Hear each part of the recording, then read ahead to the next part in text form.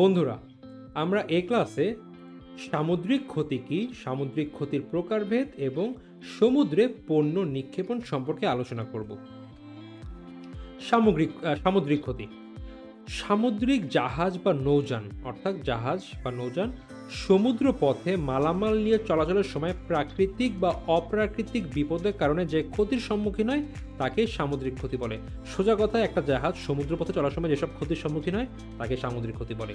দেখো, সামুদ্রিক বিপদ বা নৌ বিপদ থেকে এরূপ ক্ষতির উদ্ভব হয়। আমরা যেটা বললাম, সমুদ্রের যে বিপদগুলো থাকে প্রাকৃতিক এবং অপ্রাকৃতিক বিপদ, সেখান থেকে কিন্তু এসব ক্ষতির উদ্ভব হয়। এরূপ বিপদ প্রাকৃতিক বা অপ্রাকৃতিক যে কোনো কারণে ঘটতে পারে। আমরা কিন্তু ঠিক আগের ক্লাসে এই টপিক সম্পর্কে ভালো মতন পড়েছি। সাধারণত জাহাজস্থ পণ্য, মাসুল এবং সংশ্লিষ্ট জীবন ইত্যাদি এর ফলে ক্ষতিগ্রস্ত হয়। অর্থাৎ এরকম বিপদের ফলে জাহাজের ক্ষতি হতে পারে, জাহাজের যে পণ্য থাকে বা মালামাল থাকে তার ক্ষতি হতে পারে, জাহাজের ভাড়া বা মাসুলের ক্ষতি হতে পারে এবং জাহাজে অবস্থিত যেসব কর্মকর্তা বা কাপ্তান আছে অর্থাৎ বিভিন্ন জীবন, তাদেরও কিন্তু ক্ষতি হতে পারে।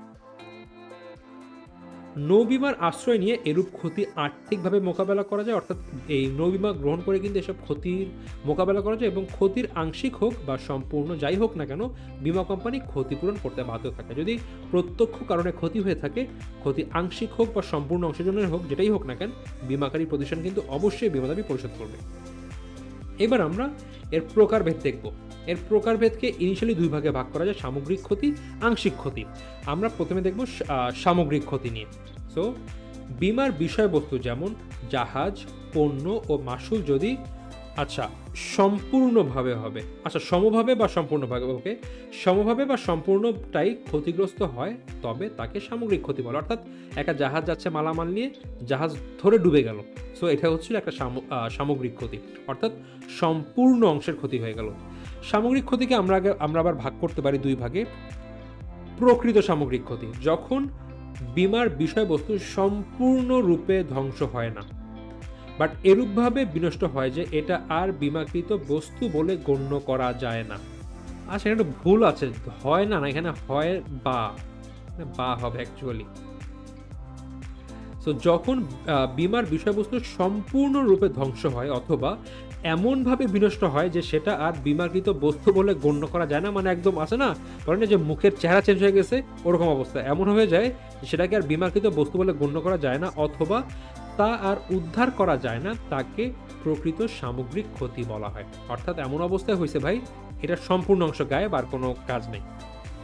জাহাজ ভেঙে টুকরা টুকরা হয়ে যাওয়া বা সম্পূর্ণ ধ্বংস হয়ে যাওয়া, সংঘর্ষে ধরুন পুরো জাহাজটি সমুদ্রের তলায় ডুবে যাওয়া। আবার জাহাজের সম্পূর্ণ পণ্য সমুদ্র তলে এমনভাবে ডুবে যাওয়া যে তার উদ্ধার করা অসম্ভব, মানে এমন অবস্থায় ভাই ওইটার উদ্ধার করা যাবে না, সেটাকে বলা হয় প্রকৃত সামগ্রিক ক্ষতি। উদ্ধারযোগ্য সামগ্রিক ক্ষতি, যখন বিমার বিষয়বস্তু প্রকৃতপক্ষে সম্পূর্ণ ধ্বংস হয় না, কিন্তু আইনের দৃষ্টিতে ও বাস্তব কারণে তা সম্পূর্ণ ধ্বংসপ্রাপ্ত হিসাবে ধরে নেওয়া হয়, তখন তাকে উদ্ধারযোগ্য সামগ্রিক ক্ষতি বলে। অর্থাৎ এটা ডুবে গেছে একটা জাহাজ, ধরে নেই, কিন্তু এমন অবস্থায় আছে এইটা হয়তোবা উত্তোলন করা যায়, কিন্তু উত্তোলন করলেও অ্যাকচুয়ালি আর কোনো কাজে লাগানো যাবে না। তো এই টাইপের জিনিসটাকে বলা হয় উদ্ধারযোগ্য সামগ্রিক ক্ষতি। সো সম্পূর্ণ অংশের ক্ষতি হয়ে গিয়েছে, বাট চাইলে এটা আবার উদ্ধার করা যেতে পারে। এরূপ ক্ষতির ক্ষেত্রে জাহাজ বা পণ্য তার অংশ বিশেষ উদ্ধার করা সম্ভব হলেও যদি উদ্ধারযোগ্য সম্পত্তির মূল্যের চেয়ে উদ্ধারের খরচ বেশি পড়ে, এবং যার কারণে উদ্ধার চিন্তা পরিত্যক্ত হয়। ওকে, তো কি হলো, একটা জাহাজ ডুবে গেল, ওইটা উদ্ধার করা যাবে, ওটাকে আমরা উদ্ধারযোগ্য সামগ্রিক ক্ষতি বললাম। অর্থাৎ সামগ্রিক ক্ষতি হচ্ছে বাট উদ্ধার করা পসিবল, কিন্তু উদ্ধার করলে ধরে নিই আমরা জাহাজের যে জিনিসপত্র আছে ওর বডি পার্টস আমরা নিয়ে সব মিলে 15 লক্ষ টাকা বিক্রি করতে পারবো ধরে নিলাম, কিন্তু এটা উদ্ধার করতে আমাদের লাগবে 20 লক্ষ টাকা খরচ। কখনই কি উদ্ধার করা ওয়াইজ হবে? কজ উদ্ধার করার পরেও 5 লক্ষ টাকা কিন্তু ক্ষতি হয়ে যাবে। সো এটা কখনো উদ্ধার করা যদি এরকম পসিবল হয়, আবার যদি খরচ বেশি হয়ে যায় যে ভাই উদ্ধার করলে যে পরিমাণ টাকা পাবো তার থেকে বেশি হচ্ছিল আমার উদ্ধার করতে খরচ হবে, তখন সেই চিন্তা বাদ দিয়ে দেওয়া হয়। এটা ছিল আমাদের সামগ্রিক ক্ষতি, অর্থাৎ সম্পূর্ণ অংশের ক্ষতি। এবার আমরা দেখব আংশিক ক্ষতি, যে ক্ষেত্রে বিমাকৃত বিষয়বস্তু অর্থাৎ জাহাজ, পণ্য ও পণ্য মাসুলের সামগ্রিক ক্ষতি না হয়ে আংশিকভাবে ক্ষতি বা বিনষ্ট হয়, তাকে আংশিক বা গড়পড়তা ক্ষতি বলে। অর্থাৎ সম্পূর্ণ অংশ না হয়, একটা পার্টিকুলার একটা ছোট একটা অংশের ক্ষতি হয়। যেরকম এটাকে আমরা দুটো ভাগ করতে পারি, বিশেষ আংশিক ক্ষতি। সামুদ্রিক বিপদের কারণে বিমাকৃত কোনো নির্দিষ্ট বিষয়বস্তু আংশিক ক্ষতি হলে তাকে বিশেষ আংশিক ক্ষতি বলে। এরূপ ক্ষতি আকস্মিক ও দুর্ঘটনাজনিত হয়, এর সাথে অন্য কারো স্বার্থ রক্ষার বিষয় জড়িত থাকে না। দেখো, জাহাজের বিশেষ অংশের ক্ষতি, জাহাজ চলতে চলতে একটা কোনো পার্টস নষ্ট হয়ে গেল, বা হয়তো বা বরফের সাথে গুঁতে লাগে জাহাজের যে পিছে যে পাখা থাকে একটা পাখা ভেঙে গেল, জাহাজের বিশেষ আংশিক ক্ষতি হলো, সম্পূর্ণ অংশ না হয়ে একটা পার্টিকুলার অংশের ক্ষতি হলো। মালের বিশেষ আংশিক ক্ষতি হলো, জাহাজ যাচ্ছে, জাহাজের সম্মিলে ধরে নেই মোট 80টা কন্টেইনার আছে, এর মধ্যে কোনো কারণে 3টা কন্টেইনারের ক্ষতি হলো। সো সব পণ্যের মালের কি ক্ষতি হলো না, কিন্তু পার্টিকুলার মালের কিছু অংশ ক্ষতি হলো। সো এটা মালের বিশেষ আংশিক ক্ষতি, বা একটা মালিকেরই একাধিক কন্টেইনার যাচ্ছে, এর মধ্যে একটা বা দুইটা কন্টেইনারের ক্ষতি হলো, তখন সেটাকে বলা হবে মালের বিশেষ আংশিক ক্ষতি। এখন দেখো, এই যে 80টা কন্টেইনার যাচ্ছে এর মধ্যে 3টা কন্টেইনারের ক্ষতি হলো, এই 3টা কন্টেইনার মালিকের কখনো আর জাহাজের মাসুল বা ভাড়া দিবে না কিন্তু। সো দেখো, মাসুলের একটা পার্টিকুলার অংশ কিন্তু ক্ষতি হচ্ছে। সো এটাই হচ্ছে মাসুলের বিশেষ আংশিক ক্ষতি। সো এটা হলো আমার বিশেষ আংশিক ক্ষতি। এবার আমরা দেখব হচ্ছে সাধারণ আংশিক ক্ষতি। বিপদের সময় সমুদ্রবক্ষে সমুদ্র যাত্রা সংশ্লিষ্ট সকল পক্ষের স্বার্থ রক্ষার জন্য স্বেচ্ছায় বা যুক্তিসঙ্গতভাবে যে ত্যাগ স্বীকার করা হয় তাকে সাধারণ আংশিক ক্ষতি বলে। অর্থাৎ সমুদ্রপথে কিছু বিপদ থেকে রক্ষা পাওয়ার জন্য বা সকলের স্বার্থ রক্ষার জন্য ইচ্ছা করে কিছু ক্ষতি করা হয় বা কিছু ত্যাগ স্বীকার করা হয়, এবং এগুলোকে বলা হয় সাধারণ আংশিক ক্ষতি। দেখো, সামুদ্রিক ঝড়ে জাহাজডুবি থেকে রক্ষা পাওয়ার উদ্দেশ্যে জাহাজের ওজন, ওজন হবে বা জাহাজের ভার হতে পারে, তার না ভার আর কি,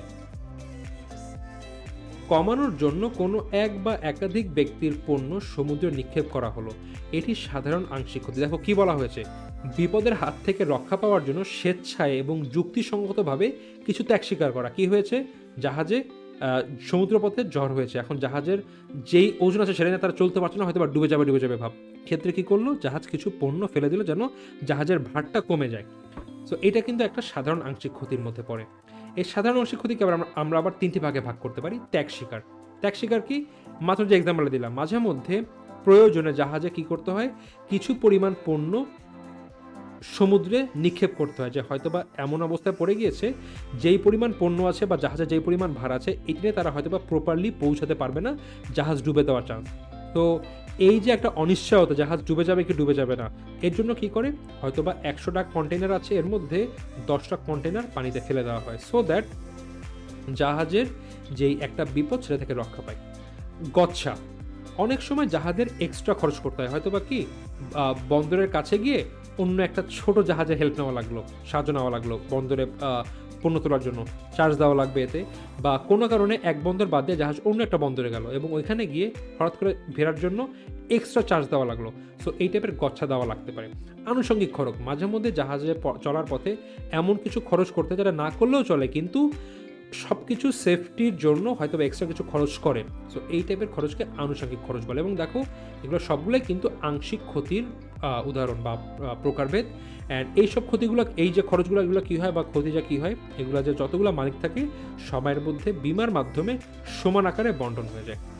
সো বন্ধুরা, এই ছিল সামুদ্রিক ক্ষতির প্রকারভেদ, এবং আমরা লাস্টের টপিক জানবো, সেটা হচ্ছে সমুদ্রে পণ্য নিক্ষেপণ। দেখো, ঝড় বা অন্য কোনো কারণে বিপদগ্রস্ত জাহাজকে হালকা করে জাহাজ ও এর মালামালের রক্ষার জন্য বাহিত পণ্যের অংশবিশেষ সমুদ্রে নিক্ষেপণ করাকেই সমুদ্রে পণ্য নিক্ষেপণ বলে। এরূপ অতি সাধারণ গড় আংশিক ক্ষতি হিসাবে গণ্য হয়, এবং বাহিত সকল পণ্য বিমা করা থাকলে বিমাকারীগণ আনুপাতিক গড় হারে ক্ষতিগ্রস্ত পক্ষকে ক্ষতিপূরণ করে দেয়। ধরে নেই আমাদের মোট 50টা কন্টেনার আছে, জাহাজের অবস্থা ভালো না, জাহাজ অথবা ডুবে যেতে পারে, কি করে, আস্তে করে 5টা কন্টেনার ফেলে দেয় পানিতে। এরপর যেটা কি হয়, বাকি যে 45টা কন্টেনার বা এই যে 50টাই কন্টেনার, এদের যে বিমা করা থাকে, বিমাকারীরা সবাই একত্রিত হয়ে এই 5টা কন্টেনারের সমানুপাতিক হারে এর কিন্তু ক্ষতি পূরণ করে দেয়। কারণ ভাই, বাকি যে 45টা আছে, এই 45টা প্লাস জাহাজের স্বার্থ রক্ষার জন্যই কিন্তু এই 5টাকে ফেলে দেওয়া হয়েছে। যদি না ফেলতো হয়তো বা পুরো জাহাজ সহ ডুবে যেত। এর জন্য যেই ক্ষতিটা হোক না কেন, এটা এখন সবার উপর পড়তে, এবং এটাকে ইংলিশে বলে জেটিসন। মাঝে মধ্যে প্রশ্ন, জেটিসন বলতে কি বুঝো, তখন তোমরা কিন্তু ঘাবড়ে যেও না যে ভাই জেটিসন তো পড়ি নাই, বাট জেটিসন মানে সমুদ্রে পণ্য নিক্ষেপণ। বন্ধুরা, এই ক্লাসে এ পর্যন্ত এবং এখানেই কিন্তু আমাদের এই অধ্যায়টি শেষ হয়েছে। আশা করি তোমরা নৌ বিমা সম্পর্কে সব প্রপারলি জানতে পেরেছো, বাসায় ভালো মতন পড়ে ফেলবে। তোমাদের সাথে দেখা হবে পরবর্তী অধ্যায়ে। সবাইকে আসসালামু আলাইকুম।